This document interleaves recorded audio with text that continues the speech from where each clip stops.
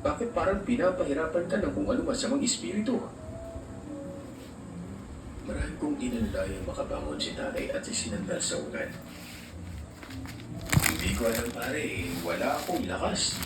Masakit ang katawan ko at palagi na lang akong nahihilo kaya hindi na ako halos makatayo. Sagot ng aking ama sa mahinang boses at pilit ng mini sa kumpare niya. Lumabas na ako ng silid, pinayaan na sila mag-uusap. Alam ko kasi marami silang pag-uusapan dahil ilang linggo nang hindi nakadalaw sa amin si Mang Cardo. Nagulat pa akong paglabas ko dahil nasa sala namin ang tibig ko. Hindi pala ito tumuloy sa mag-alis doon. Miguel, ipagtimpla mo nga ako ng kape. Mamaya-maya na ako alis. Utos ng tibig ko at palubog ng tumayot na bintana. Napapailing na lamang ako at sinamahan ng kababata pupunta sa kusina. Banas na kasi ang kay Tio Romy. Hindi ko gusto yung mga inaasta niya. Pagkatapos ng ilang minutong pag-uusap ni tatay at ng kumpare niya, ay lumabas na si Mang Cardo ng siniban. Nilapitan niya ako at tumugot ng malalim na hininga bago nagsalda. Jonathan, iyo, alam mo, pakiramdam ko ay hindi pang karaniwang sakit ang tumama sa pamilya mo. Sa itsura pa lang ng katawan ng tatay mo, pati ng nanay mo. Lalo-lalo na yung kapatid mo, aba. Tingin ko, may nanggagambala sa kanila. Malakas ang kutob ko.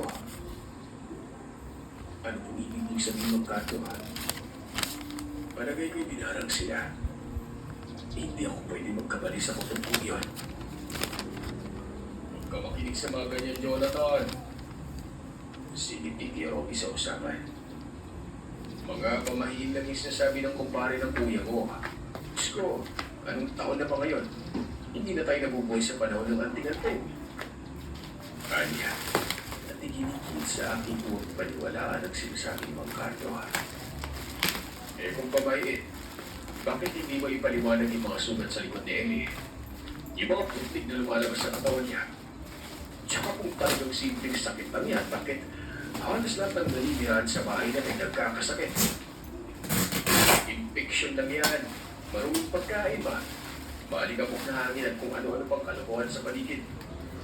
May doktor tayo sa bayan, bakit hindi na lang doon magpatingin ulit? Sagot ng tingin ko ha. Maulit-ulit na kaming nagpatingin kayo, pero hindi malaman-laman ng mga doktor kung ano talaga yung sakit nila eh. E di, ipatingin nyo sa ibang doktor. Bakit kailangan lumapit pa sa magagamot? Panahon na nagsiyensya ngayon, hindi na epektibo yung mga ganyan. Nagpapalitan ng mga ang naslita ang dalawa. Dahil ayaw talaga ng tiyuhin kong dalhin sa albularyo ang pamilya ko. Samantalang si Mang Cardo naman ay pinipilit akong patingnan yun. Dahil wala naman kung anong mawawala kung sakaling susubukan. Boy, kalokohan. Yung mga albularyo na yan, puro kula at kung ano-anong langis ang ipapainom ko nun yan. Uubusin lang yan yung pera nyo.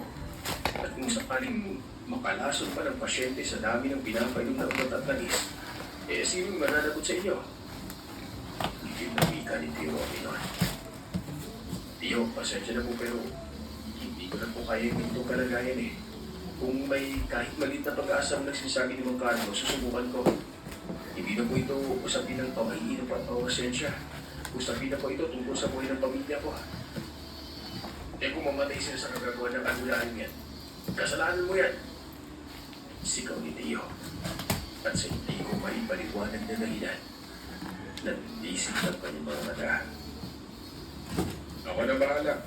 May kilala akong magagamot na nanihirahan malapit sa baybay. Kung may makatulong man sa pamilya mo ngayon, siya yun. Sagot ni Mang Cardo.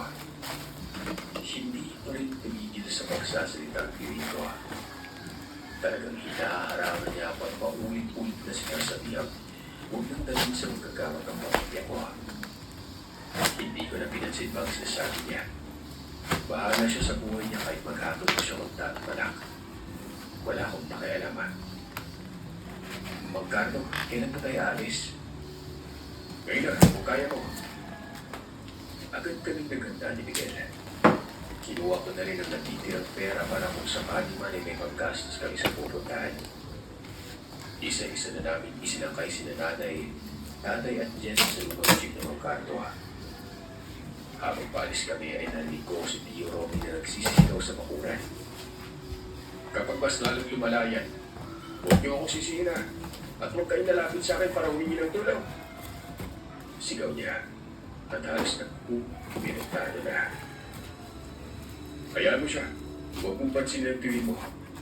Palagay ko natatakot na na baka mapisto kung ano mang kapulastugan yung ginagawa niya. Sana lang may mali ang kutob ko tungkol sa tuwin mo, Jonathan. Salit na nagkantigilan kami ni Miguel. Hindi ko alam kung ilang oras ang itinakbo ng jeep sa daan papuntang Paypay. Wala na kasi sa daan ang atensyon ko kundi sa pamilya ko. Mayat-maya ang pag-umol ng aking ina na para bang nasasaktan ito. Si Jessa naman ay inaalalayan ni Miguel at pinapalakas ang loob. Makaraan ng ilang oras. Sa wakas ay narinig na rin namin ang maliit na baryo sa banan ng mundo. Sa dulo nito may isang bahay na yari sa kawain at pawid. Madaas ang pagkakagawa ng sahig at sa harap ng bahay ay may mga halamang gawang na nakatanim. Nandito na tayo. Teka, huwag muna kayo bumaba. Kakatukin ko lang si Mongorio. Wika ni Mang Cardo nun. Hindi pa man kumakatok sa pintuan ito Bumukas na kagad yun. At lumabas ang isang matandang lalaki.